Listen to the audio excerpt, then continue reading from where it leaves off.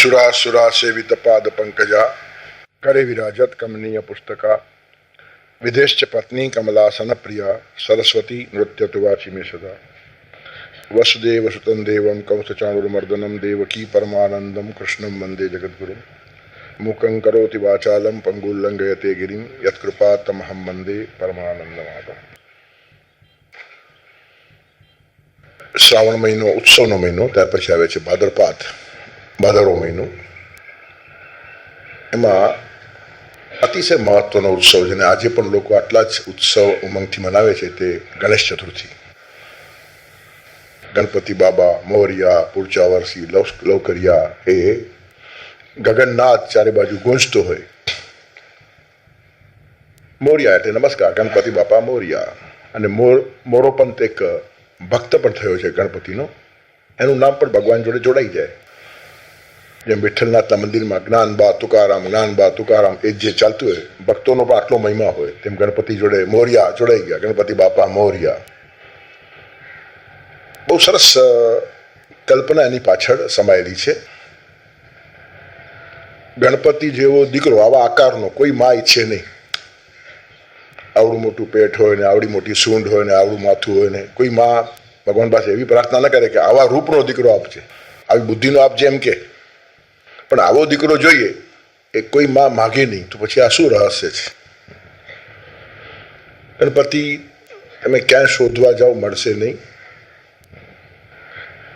ગણપતિ અને ગુણપતિ, તત્વવેદતા ગુણપતિ હોય એ કેવો હોવો જોઈએ તે દેખાડવાને માટે આ સિમ્બોલ છે। અને નેતા કેવો હોવો જોઈએ, ગણપતિ, ગણ એટલે ટોળું, સમુદાય, અને એનો જે નેતા હોય ગણપતિ તે કેવો જોઈએ તે આના પરથી ખબર પડે। એટલે આખો સિમ્બોલ છે। વિષ્ણુ છે, શિવ છે, આ બધા સિમ્બોલ છે, ગોતવા જાઓ ક્યાંય નહીં મળે। કૈલાસમાં ક્યાંય શિવજી નથી, ગમે એટલા તમારી આવો। પણ જ્ઞાની પુરુષ કેવો હોય તો તમને જોવા મળે, મસ્તકમાંથી જ્ઞાનની ગંગા વહેતી હોય, કામનો ગુલામ ન હોય, ત્રિલોચન હોય, વિષયોને રમાડતો હોય। આ બધી વાતો જેમ શિવજીમાં આવી જાય, જેમ કેટલીક વાતો વિષ્ણુમાં આવી જાય। 4 હાથ છે એટલે 4 વર્ણો છે, 4 પુરુષાર્થ છે, 4 આશ્રમો છે, બધાનું પ્રતીક ધર્મ પુરુષ કેવો હોય તેની વ્યાખ્યા છે। તેમ તત્વવેદતા કેવો હોય તે આ ગણપતિનું સિમ્બોલ જોઈને ખબર પડે, અને નેતા કેવો હોવો જોઈએ તે આમાંથી ખબર પડે।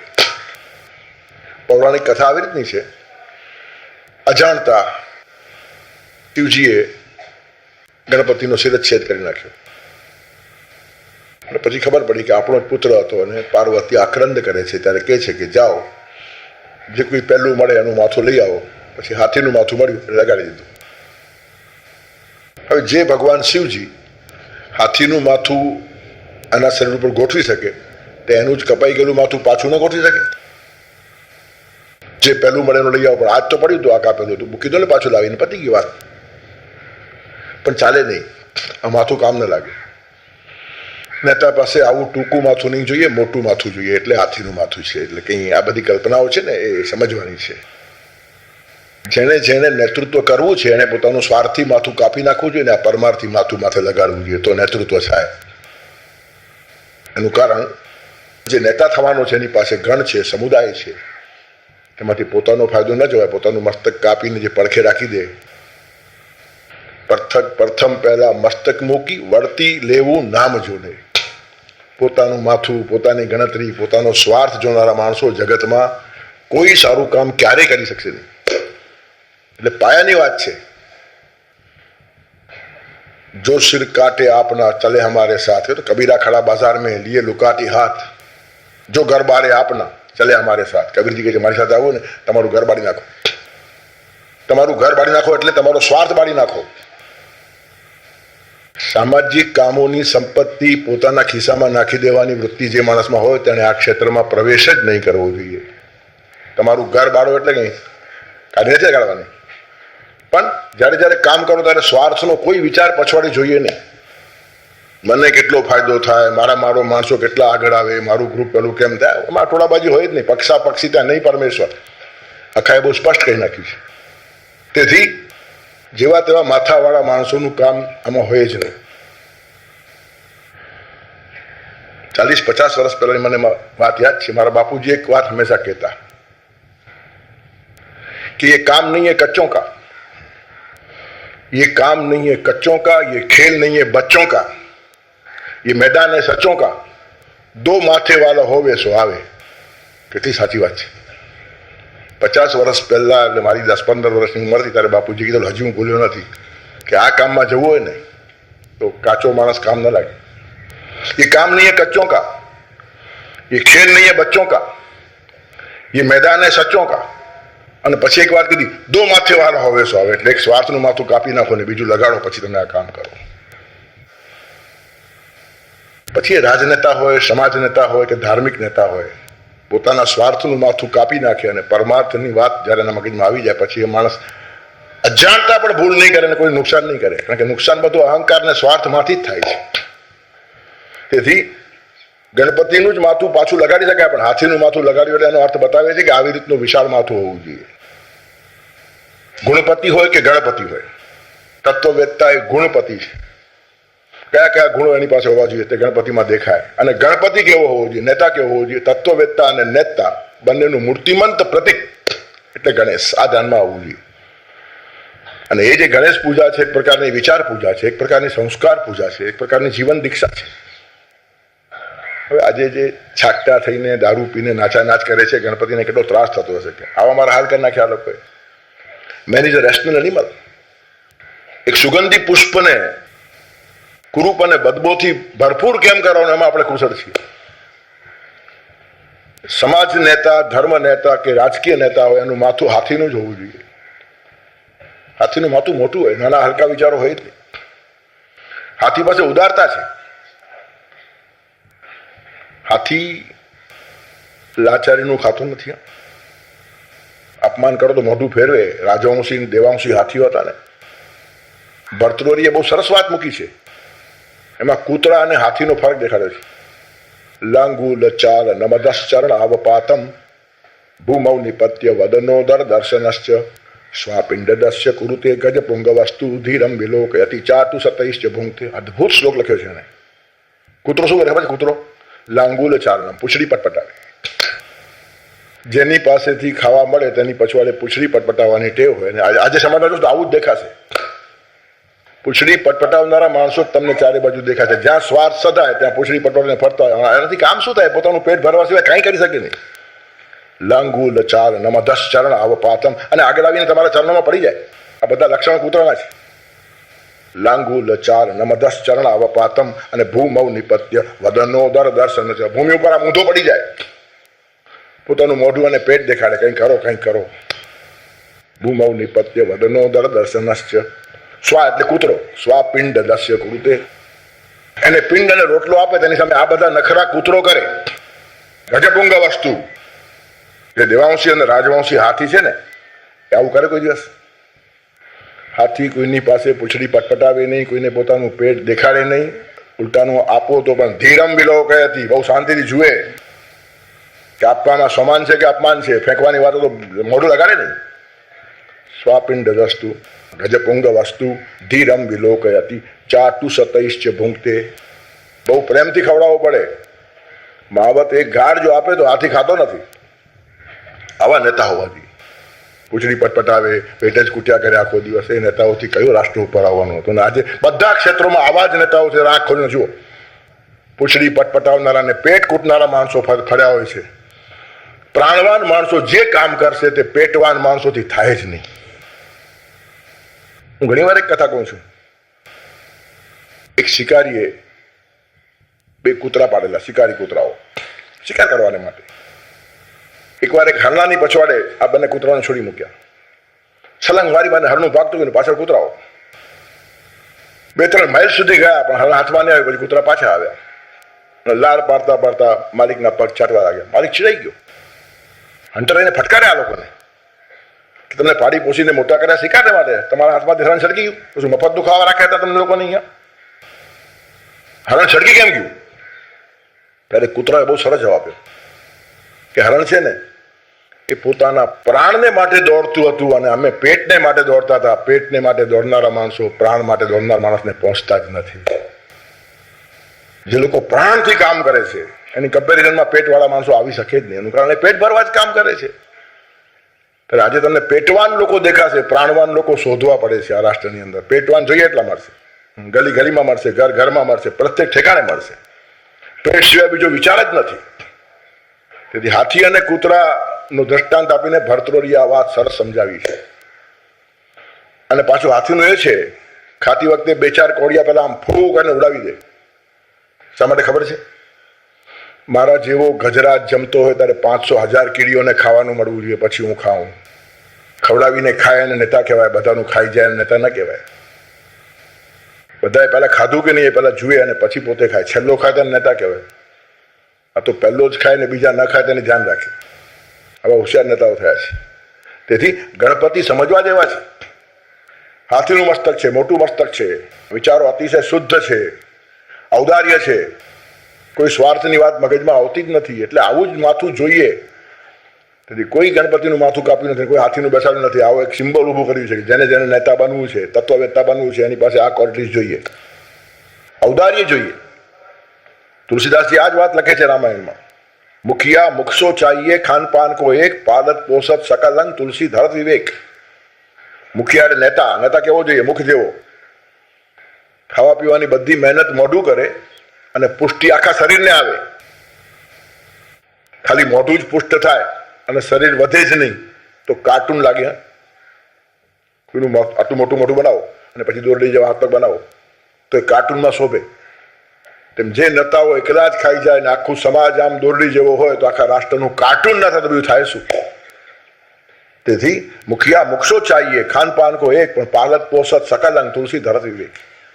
તેથી ગણપતિ એનું માથું હાથીનું જ હોવું જોઈએ. It is a must. વિશાળતા જોઈએ, વ્યાપકતા જોઈએ, સ્વાર્થનો વિચાર માત્ર નહીં. મારો સ્વાર્થ ભગવાન જોશે એનું કારણ ભગવાનનો સ્વાર્થ હું જોઉં છું. ઈશ્વરને જે ગમે છે તે હું કરું છું તો મારી શું જરૂર છે તે ઈશ્વરને ખબર નહીં પડે. પછી શા માટે પૂછડી પટપટાવીને કૂતરા જેવા થવાનું મને તો સમજાતું જ નથી. માણસો શા માટે અસ્તવ્યસ્ત થાય છે? અને ઈશ્વરનું કામ કરનારા માણસો જો આટલા અસ્વસ્થ હોય તો બીજા માણસ પાસે અપેક્ષા શું રાખવાની? તમે જયારે ઈશ્વરને ગમતું કામ કરો છો, અરે સામાન્ય શેઠ પણ પગાર આપવા પાછો ન પડે, ખાનદાન હોય તો ભગવાન ખાઈ જાય.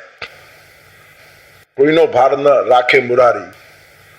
તેથી ઔદાર્ય જોઈએ, વિશ્વાસ જોઈએ, સ્વાર્થની ગંધ પણ નહીં આવી જોઈએ. સ્વાર્થની ગંધ લાગે એટલે મુલાયમ પૂજાનું પુષ્પ કરમાઈ જાય, અને કરમાયેલા પુષ્પો ભગવાન સ્વીકારતા જ નથી. ધરુ પુષ્પો પ્રભુ પાદે, પૂજા સાચી ન હું ગણું, ઈશની ફૂલવાડીમાં બનુ પુષ્પ સમાનું. સુગંધી જીવનના માણસો સુગંધી કામ કરી શકે. તેથી ગણપતિનું મસ્તક હાથીનું હોવું જોઈએ, આ જરૂરી છે. એની આંખો ઝીણી છે, દ્રષ્ટિ બહુ સૂક્ષ્મ જોઈએ. દૂરનું પણ જોઈ શકે અને નાનામાં નાનું પણ જોઈ શકે. હાથીની આંખોમાં એ તાકાત છે. ધૂળમાં પડેલી સોય પણ હાથી જોઈને ઉપાડી શકે છે. આટલો મોટો હોવા છતાં પણ નાની ઠેકાણે નજર જાય છે એની. નેતૃત્વ આને કહેવાય. કોઈ નાની વાત નજર બહાર જાય નહીં. અતિશય સૂક્ષ્મ દ્રષ્ટિ છે અને દીર્ઘ દ્રષ્ટિ છે. હાથીને ભવિષ્ય જ્ઞાન હોય છે એમ પણ કહે છે. જૂના કાળમાં તો રાજા નિર્વંશ મરી જાય ને તો કલશ આપે ને હાથની જેના પર કલશ જોડે એને રાજા બનાવે ને કોઈ દિવસ નિષ્ફળ ગયા નથી. આ લોકો બરાબર ઓળખી કાઢે કે આ માણસ કામ કરશે. કપાળ વાંચતા આવડે છે. તેથી બંને પ્રકાર નજર છે. ત્રિકાળ જ્ઞાન પણ છે અને સૂક્ષ્મ જ્ઞાન પણ છે. તેથી ઝીણી ઝીણી આંખો, બારીક નજર જેને આપણે કહીએ ને, જેને જેને કામ કરવું છે ને બધે નજર હોવી જોઈએ. તેથી સૂક્ષ્મ દ્રષ્ટિ છે. કાન મોટા છે, બધાનું સાંભળવાનું છે, પણ સુપડા જેવા છે. કચરો સાફ કરતા આવડવું જોઈએ. આપણને કચરો જ સંઘરતા આવડે છે અને સારી વાતો ખોવાઈ જાય છે. ચાડી ચુગલી કરનારા, ચાપલુસી કરનારા, ખુશામદિયાઓ આવીને કાનમાં ખોટી વાતો ભરે તે જ સંઘરવાની ને સાચા માણસોને આગા કરી નાખવાના. અક્કલ નથી કામ કરવાની. સાંભળો બધાનું, પણ કચરો સાફ કરીને સાચું પકડતા આવડતું હોય ને તો નેતૃત્વ થાય ને તો થાય જ નહીં. મોટા ભાગના મોટા થઈ બેઠેલા માણસો કાનના બહુ કાચા હોય છે અને એનો ફાયદો એની આજુબાજુના ખુશામદિયા ઉપાડતા હોય છે. આ તમને ચારે બાજુ જોવા મળશે. અને સાચા માણસોને લગભગ અન્યાય થતો હોય કારણ કે એને ચાપલુસી કરવાની ટેવ જ નથી. સાચા માણસોને ચમચાગીરી ફાવતી જ નથી અને પરિણામે એની વાત પહોંચે જ નહીં અને હલકા માણસો વાતો કરતા હોય. હવે એ જો નિરક્ષીર વિવેક કહેવાતા મોટા માણસમાં ન હોય તો એ મોટો છે જ નહીં, થઈ બેઠો છે. પકડતા આવડવી જોઈએ. સાચો માણસ કોણ છે, સ્વાર્થી માણસ કોણ છે, ચાપલુસી કરનાર કોણ છે, ચમચાગીરી કરનાર કોણ છે, ખોટી ખુશામત કરનાર કોણ છે, સત્વશીલ માણસ કોણ છે, એનો જો પરિચય ન હોય ને તો તમે કોઈ કામ સારી રીતે કરી શકો નહીં, અને બધું જ અટવાયા કરે છે. તેથી ગણેશ ચતુર્થી બહુ જ મહત્વની છે. આખા વર્ષની અંદર એને મોટામાં મોટો ઉત્સવ કહીએ તો પણ ચાલે. એનું કારણ સમગ્ર સમાજ દર્શન અને રાષ્ટ્ર દર્શનમાં સમાયેલું છે. ગુણપતિ અને ગણપતિ, તત્વવેત્તા અને નેતા બંને પાસે તત્વવેત્તાનું માથું પણ મોટું હોવું જોઈએ. અયમની જે પરોવેતી ગણના લઘુ ચેતસામ ઉદાર ચરુતાનંતું વસુધૈવ કુટુંબકમ. આ મારું ને આ પારકું એ હલકા માણસોની ગણતરી છે. તત્વવેત્તાને તો આખું વિશ્વ પોતાનું કુટુંબ લાગે છે. મારા કુટુંબનો માણસ આગળ આવવું જોઈએ, આવું ને આખું વિશ્વ મારું કુટુંબ છે. મારા માટે પારકું છે જ કોણ? પરપ્રિયવાદી નામ. તેથી તત્વવેત્તા પણ આવો હોવો જોઈએ. નાના નાના ગણિતમાં ફસાય એ તત્વવેત્તા નહીં, સંકુચિત માણસ હોય, નેતા નહીં. તેથી મોટું માથું, સૂક્ષ્મ નજર, કાન મોટા છે, સાંભળવાનું બધાનું, પણ સુપડું જેમ કચરો સાફ કરી નાખે ને એમ કચરો કાઢીને સાંભળતા આવડવું જોઈએ. ખોટા માણસો આજુબાજુ આવવાના છે, એમાંથી પારખી કાઢવાની વાત છે. તેથી સાચા માણસોને જે ઓળખે છે, સત્વશીલ માણસોને જે ઓળખે છે, સાંભળે છે બધાનું, પણ ખબર પોતાને પડે છે. કાચા કાનનો હોય ને એ તત્વવેત્તા પણ નહીં અને નેતા પણ નહીં. કાચા કાનના માણસોથી નેતૃત્વ થાય જ નહીં. એનું કારણ બધાના તાલ પર માણસ નાચતો હોય. આ કે તો આનું માને લે, આ કે તો આનું માને લે, મિર્જાપુરી લોટા જેવો હોય. પોતાનું કોઈ ડિસિઝન છે જ નહીં. તેથી સુપડા જેવા કાન છે, પેટ બહુ મોટું છે, લંબોદર. નેતા હોય કે તત્વવેત્તા, પેટ મોટું હોવું જ જોઈએ. એનું કારણ ઘણી બધી વાતો એમના પાસે આવે. તત્વવેત્તાને સમાજમાં માન માન્યતા મળે, પ્રતિષ્ઠા મળે, લોકોને એના માટે આદર હોય, ભાવ હોય, સ્નેહ હોય. વિશ્વાસથી પતિ પત્નીઓ પણ આવીને પોતાની વાતો કહી જાય તો પડે બે કેમ જોડાય તેનો જ પ્રયત્ન કરે. તોડવાની વાત હોય જ નહીં. અને એકની વાત બીજા પાસે એમ નહીં કરવાની કે સંબંધો બગડે. મોટું પેટ જોઈએ. દુનિયાભરની વાતો એની પાસે આવે, પછી એ છાછડો ન હોય. આની વાત આને કહેવાય, નાની વાત આને કહેવાય, ને બે માણસો કેમ ઝઘડે, ડિવાઈડ એન્ડ રૂલ, અને આપણું મહત્વ વધે. આવા ધંધાદારી ગુરુઓ ઘણા છે. પેટ મોટું જોઈએ. નેતૃત્વ એનાથી થાય જે માણસ સાંભળીને બધાનું સારું જ કરે, કોઈને નુકસાન કરવાની વૃત્તિ જેના મનમાં આવતી જ નથી. ઘણી બધી વાતો પેટમાં રાખતા આવડવી જોઈએ. બહુ ઓછા લોકોને આવડે છે. એક ભાઈએ સવારના કોઈકને વાત કીધી, કોઈને કહેતો નહીં. આખો દિવસ એ વાત ગામમાં ફરી, જેને કીધી એને બીજાને કીધી, બીજાએ ત્રીજાને કીધી, જે ચોથા કીધી. એમ કરતા કરતા કરતા પાછો એનો જ જે લિફ્ટમેન હતો એની પાસે વાત આવી. રાતના સેટ જ્યારે ઉપર જવા લાગ્યા હતા, લિફ્ટમેને એને આ વાત કીધી. ત્યારે પેલા માણસને પકડ્યો એને, મેં તને સવારના વાત કીધેલી, કોઈને કહેવાની નહીં. અને આ કેટલા ઠેકાને ફરી ફરીને પાછો આ લિફ્ટમેન મારો જ મને કહે છે કે આ વાત તમારી બની છે એમ કે. ત્યારે પેલું કહે છે તમે તમારા પેટમાં ન રાખો તો હું મારા પેટમાં શું કામ રાખું? હવે આને કેમ પહોંચાય? આવા માણસો કોઈ ઠેકાણે કામ ન કરી શકે. ઘણી બધી વાતો પેટમાં રાખતા આવડવી જોઈએ. અમે એકાદ બે જ્યાં પેટ છૂટી વાત કહી દીધી. ઘણા માણસો બહુ હોશિયાર હોય. તમે પેટ ખોલવાનો પ્રયત્ન કરો કોઈની પાસે, એટલે પગ પોળા કરીને પાસે બધું કઢાવી દે. એવી સિમ્પલથી વાત કરે, તમને એમ થાય બધું કહી નાખીએ. પછી એવા નુકસાનમાં તમે ઉતરી જાઓ. અમે એકાદ બે જ્યાં પેટ છૂટી વાત કહી દીધી તો પડોશી પેટમાં પેસીને પગ પોળા કરી બેઠા. અમે માન્યું તું રહેશે પીઠ પર થઈને પડોશીઓ, પરંતુ પીઠ પાછળ ઘા કરી બેઠા. તમે જેની પાસે ખુલ્લા થાવ ને એ જ માણસ તમને મારે. અને એટલે જેની પાસે ખુલ્લા થવાય જ નહીં. બોલીએ ના કંઈ, આપણું હૃદય ખોલીએ ના કંઈ, વેણને રહેવું ચૂપ, નેણ ભરીને જોઈ લે વીરા, વેણના પાણી ઝીલનારું સાગર છે કે કૂપ? કુવા પાસે દિલ ન ખોલાય, સાગર પાસે ખોલાય. ત્યારે નેતા સાગર પેટનો હોવો જોઈએ, ગાગર પેટ નહીં. તેથી ગણપતિનું પેટ શા માટે મોટું છે સમજી લો. લાડવા ખાઈને મોટું થયું નથી. આપણે આપણા જ માપે આ લોકોને માપીએ છીએ. મોટું પેટ એટલે વિશાળ દિલ, અનંત વાતો જેમાં સમાઈ જાય છે. કોઈ તમને રહસ્ય કહી જાય, છુપી વાત કહી જાય, એને એક્સપ્લોઇટ પણ ન કરાય ને બ્લેકમેલ પણ ન કરાય. અને મોટાભાગે એ જ થાય છે. તમે જ્યાં જ્યાં દિલ ખોલશો ત્યાં જ માર ખાશો. એનું કારણ એ જ તમારા રહસ્યનો ઉપયોગને તમને રસ્તા મૂકી દેશે. તેથી નેતા કેવો હોવો જોઈએ અને તત્વવેત્તા કેવો હોવો જોઈએ? પેટ મોટું હોવું જોઈએ. માથું ભલે મોટું હોય પણ પગ નાના હોવા જોઈએ. એટલે ખોટી દોડધામ કરે નેતાની. ઘણા માણસો ભાગતા છે. ખાલી દોડવાથી કામ થતું નથી. Main is a rational animal. પશુઓ છે ને પગથી દોડે અને માણસ માથાથી ચાલે. માથાથી ચાલે તે માણસ અને પગથી ચાલે તે પશુ. એટલે જે નેતાઓ ખાલી ખાલી દોડધામ કર્યા કરતા ને કંઈ રાષ્ટ્રનું ઉકાળે નહીં, પોતે ફરી આવે આટલું જ, એમાં કંઈ કોઈનો વિકાસ થાય નહીં. માથું ચાલવું જોઈએ. સર બડાસો સક્કર્મી ઓર પાઉં બડાસો અક્કર્મી એમ કહેવાય છે. કેટલાકના પગ જ ચાલતા હોય. પગના માણસનો પગાર હંમેશા ઓછો હોય, માથાના માણસનો પગાર વધારે હોય. એક નોકરે પોતાના શેઠને કીધું કે અનાજની ગુણીઓ ઉપાડી નાખી આવું છું તો મને તમે 100 રૂપિયા જ આપો છો, અને પેલો મુડીમ તમારો આમને આમ બેઠો છે અને ખાલી થોડાક ચોપડા લખે છે અને 2000 રૂપિયા આપો છો. મહેનત તો હું કરું છું. હવે સમજાવવાનું કેમ? સર કે ઠીક છે, પછી વાત, તું જરા બજારમાં જા અને ચોખાનો ભાવ પૂછી આવ. કયો? એક જાતનો ભાવ પૂછી આવ્યો. સર કે આ તો એક ચોખા બીજા પ્રકારના આવે છે એનું પૂછી આવ. કયો? ત્રીજા પ્રકારના આવે છે. આમ 4-5 જાત માટે 4-5 ધક્કા એને ખાધા. પછી કે બસ થાકી ગયો હશે. પછી કીધું મુનિમજી જરા ચોખાનો ભાવ પૂછી આવો. બજારમાં ગયા, આખું પ્રાઇસ લિસ્ટ લઈ આવ્યા. આ જાતનો આ ભાવ, આ જાતનો આ ભાવ, ઘઉંનો આ ભાવ, ફલાણાનો આ ભાવ, તુવેરનો આ ભાવ, બધું જ. ત્યારે સર કે જો તું પગથી દોડ્યો અને આને માથું ચલાવ્યું, પગનો પગાર 100 હોય, માથાનો 2000 હોય. પછી પેલા ગાંઠ મારી કે શેઠને એમ છે કે એક ભેગા બધા કામ કરવા, ઘડી ઘડી ધક્કા ખાવા. બીજી વાર શેઠના બા કંઈ બીમાર પડ્યા હશે. શેઠ કે છે ડૉક્ટરને બોલાવી લાવ. એને પેલું યાદ આવ્યું ઘણા બધા કામ ભેગા કરવા, કારણ કે બા બીમાર છે, ડૉક્ટર ઘરે આવે છે એટલે વાત સિરિયસ લાગે છે. બચશે નહીં, મરશે, પછી લોકોને બોલાવવા જવા જ પડે. તો હમણાં જ કહેતો જાઉં, શેઠના બા ગયા ચાલો, શેઠના બા ગયા ચાલો. ડૉક્ટર આવતા પહેલાં ડાઘુ આવી ગયા. શેઠે બધું શું કર્યું? તો કે નહીં, પછી પાછું બીજી વાર જવું જ પડે ને. તે દિવસે ચોખાના ભાવ માટે 4 વાર ગયો, તમે ચીડાઈ ગયા હતા. આજે બધું ભેગું જ પતાવ્યું. હવે આવા માણસો શું કામના, જેનું માથું ચાલતું જ નથી. તેથી કેવળ પગ ચાલે એ મહત્વનું નહીં. અમારા કચ્છી ભાષાની એક કહેવત મારા બાપુજી કહેતા હતા. ભુજની બજારમાં કેટલાક માણસો આમ દોડ્યા જ કરતા, થાય કાંઈ નહીં. પછી કચ્છીમાં કહેતા, હલે ટંગા ને લોડે બાઉં, મોર કરમ ને પઠી આવું.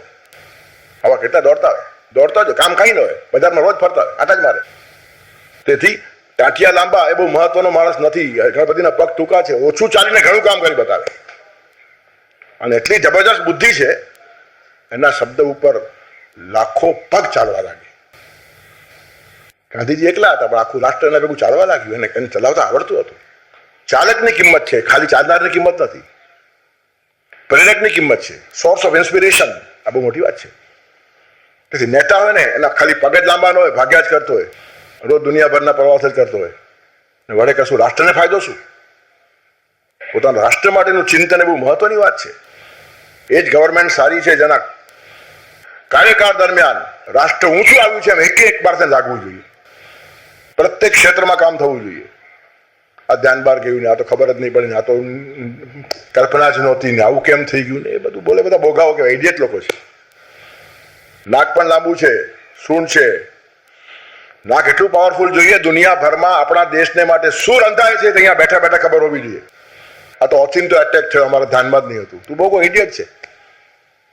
દુનિયાભરની વાતો ઘરમાં બેસીને ખબર પડે, એનું નામ નતા કહેવાય. નાક લાંબુ હોવું જોઈએ. ચારેય પશ્ચિતી રાજા પાસે એવા ગુપ્તચરો હોય છે, એ બધી એની આંખ છે. તેથી આખું ગણપતિનું સ્વરૂપ સમજવા જેવું છે. એક વાતની અંદર મહત્વ છે. એને 1.5 દાંત છે, એક દાંત શ્રદ્ધાનો છે આખો, ને બીજો અડધો બુદ્ધિનો છે. એટલે બુદ્ધિ અમુક સુધી જ પહોંચશે, આગળ નહીં જાય. બુદ્ધિ નહીં ચલાવવાની એમ નહીં, પણ બુદ્ધિએ ક્યાં અટકવાનું તે બુદ્ધિને જ ખબર હોવી જોઈએ. જે બુદ્ધિ પોતાની મર્યાદા સમજે છે એ મહિમાવંતી બુદ્ધિ છે. તેથી બુદ્ધિ હંમેશા અટકે છે ને. વાણી ના પહોંચે જ્યાં બુદ્ધિ ના જાય, ભાવભર્યા ગીતો હૃદયથી ગવાય. કેટલીક વાતો હૃદયથી હોય, શ્રદ્ધાથી સમજવાની હોય, અને શ્રદ્ધા જ પરિપૂર્ણ છે, પણ એ અંધશ્રદ્ધા નથી. એ રીઝન ફેઇથ છે. અંધશ્રદ્ધા જુદી અને જાગૃત શ્રદ્ધા જુદી. શંકરાચાર્ય છે ને, એ વેદના અનન્ય ઉપાસક છે. વેદ માટે અક્ષર કોઈ બોલે તો શંકરાચાર્ય સહન નહીં કરે. આટલા જનુની વેદાંતિ છે એમ કહ્યું તો પણ ચાલે, પણ રેશનલ છે. એમણે એકવાર કહ્યું છે કે વેદો પણ જો આવતીકાલે એમ કહેશે કે અગ્નિ ઠંડો છે તો હું માનીશ નહીં. શંકરાચાર્યના મોઢામાં આ વાક્ય સાંભળીને માણસ ધ્રુજી જાય. વેદ જ જેના પ્રાણ છે, વેદ જેના શ્વાસ છે, વેદ જેના શરીરમાં ફરે છે, રુધિરાભિસરણ જ વેદ છે, તે માણસ કહે કે વેદ પણ જો કહે કે અગ્નિ ઠંડો તો માનીશ નહીં. એનું કારણ મારી અનુભૂતિ જુદી છે. હાથ લગાડ્યા પછી મને અગ્નિ ગરમ લાગે છે તો વેદ કહેતા છે અગ્નિ ઠંડો છે તો હું વેદને પણ માનીશ નહીં. એમ કહેવા જેટલી બૌદ્ધિક જાગૃતિ શંકરાચાર્ય પાસે છે, પણ પછી સમન્વય કરે છે. વેદો પણ આવતીકાલે એમ કહેશે કે અગ્નિ ઠંડો છે તો હું માનીશ નહીં, અને છતાં હું વેદને માનું છું. એનું કારણ વેદો આવું કહેશે જ નહીં એની મને ખાતરી છે. આ રીઝન ફેથ છે. આને રીઝન ફેથ કહેવાય, બ્લાઇન્ડ ફેથ નહીં. વેદ કે એટલે માની લેવું એ બ્લાઇન્ડ ફેથ. અને વેદ પણ ખોટું કે તો માનીશ નહીં, પણ હું વેદને એટલા માટે માનું છું કે વેદ આવું કહેશે જ નહીં એને મને ખાતરી છે. આ જો ધ્યાનમાં આવશે ને તો રીઝન ફેથ કોને ખબર પડશે. વેદને માટે પણ આ માણસ વિચાર કરવા તૈયાર છે. ખોટી ખોટી વાતો વેદો કહેતા હોય તો વેદ વાક્ય પ્રમાણ, બાબા વાક્યમ પ્રમાણ, આવું નહીં ચાલે. હું ગુરુને માનું છું, પણ ગુરુ ખોટી વાત કહેશે જ નહીં એની મને ખાતરી છે. અને કહેશે તો ગુરુને પણ ન માનીશ એમ કહેવાની તાકાત જેનામાં છે તે નેતા થઈ શકે. નેતૃત્વ છે. આ તત્વવેત્તા એને કહેવાય કે સૂક્ષ્મતાથી એક એક વાતને સાચવીને લઈ શકે. ગુરુ સર્વસ્વ હોય તો પછી અર્જુન શા માટે દ્રોણ જોડે લડ્યો છે અને કૃષ્ણે શા માટે લડાવ્યા છે? એ આંધળા ગુરુ ગુરુ કૂટનારા માણસો નહીં હતા. અને જગતગુરુ છે પોતે, કૃષ્ણ મંદિર જગતગુરુ, એને ગુરુનો બરાબર મહિમા ખબર છે. પણ ખોટે ઠેકાણે દ્રોણ ગયો હોય તો એને ગુરુત્વ ગુમાવ્યું છે. હવે લઘુ થયો છે. ગુરુદ્રોહ પાપ કહેવાય, લઘુદ્રોહ પાપ ન કહેવાય. ત્યારે ગુરુ લઘુ થશે જ નહીં આવી શ્રદ્ધા શિષ્યની હવે શ્રેષ્ઠ છે. પણ લઘુ થાય તો હાથ જોડતા આવડવા પણ જોઈએ, એટલે જાગૃતિ હોવી જોઈએ. તેથી બુદ્ધિ હંમેશા અધૂરી છે. શ્રદ્ધા પહોંચે પણ બુદ્ધિ નહીં ચલાવવાની એમ નહીં. પણ પછી ચલાવ્યા જ કરો, પછી એક કુતર્ક થઈ જાય. તર્કેતામ મા કુતર્કેતામ બુદ્ધિ પરિત્યજ્યતામ. બુદ્ધિની એક પરિસીમા છે. અમુક પ્રાંતથી આગળ પછી બુદ્ધિ જતી નથી, પણ એ બુદ્ધિને જ ખબર પડે છે. આ ડાઈ બુદ્ધિ કહેવાય કે જેને પોતાની મર્યાદા ખબર છે. અને મોટો માણસ પણ એ જ છે જેને પોતાની મર્યાદાઓ ખબર છે. પોતે જ પોતાની મર્યાદાઓ જાણતો હોય તે આડો અવડો જાય જ નહીં. પછી એની મર્યાદા તરફ સમાજે આંગળી ચીંધવી જ ન પડે, એને જ ખબર છે. પોતે પોતાની મર્યાદા સમજે એનાથી મોટો માણસ જગતમાં એકે નથી. પણ આપણને આપણી મર્યાદાઓ ખબર જ નથી. મર્યાદા કરતા પણ ઘણા બધા માન પોતાની જાતને આપણે માની લઈએ છીએ અને પછી એ વાત જ્યારે એસ્ટાબ્લિશ ન થાય ત્યારે અસ્વસ્થ થઈ જઈએ છીએ. પણ આપણે એટલા માન હતા જ નહીં, તેનું ભાન આપણને પણ હોતું નથી. તેથી પોતાની મર્યાદાને સમજે તે મહિમાવંતો માણસ, અને પોતાની મર્યાદાને ઓળખે તે મહિમાવંતી બુદ્ધિ, અને એ બુદ્ધિનું ગૌરવ છે. તેથી અડધો દાંત જે છે તે બુદ્ધિનો છે, તે બુદ્ધિ અપૂર્ણ છે. ઇન્દ્રિયાણી પરાન્યાહુ ઇન્દ્રિયેભ્ય પરમ મન મનસસ્તુ પરા બુદ્ધિ યો બુદ્ધે પરદસ્તુ છે. બુદ્ધિથી આગળનું એક તત્વ છે, અને ત્યાં બુદ્ધિ હાથ જોડીને ઉભા રહેવું જોઈએ. અર્જુન ઉભો રહી ગયો છે. અર્જુન એ નિર્બુદ્ધ નહીં હતો. આખી ગીતા સમજાવીને એને કન્વિન્સ કરવો પડે છે ને તારે છેલ્લે વાક્ય છે કરીશ્યે વચનંતવ. હવે અહીંયા બુદ્ધિ ચલાવવા જેવી નથી. નષ્ટો મોહ સ્મૃતિર્લબ્ધા તત્પ્રસાદાન મયાચ્યુત સ્થિતોસ્મિ ગત સંદેહ કરીશ્યે વચનંતવ. તેથી આખું ગણપતિનું સ્વરૂપ જો ધ્યાનમાં આવે ને તો તત્વવેત્તા કેવા હોય અને નેતા કેવા હોય તે આપણને ખબર પડી જાય. નેતૃત્વ જેના હાથમાં છે એની પાસે આ જાગૃતિ જોઈએ. ગણપતિના 4 હાથ છે. એકમાં અંકુશ છે, એકમાં પાશ છે, એકમાં મોદક છે, અને એક આમ હાથ છે. અંકુશ, પાશ, મોદક અને આશીર્વાદ.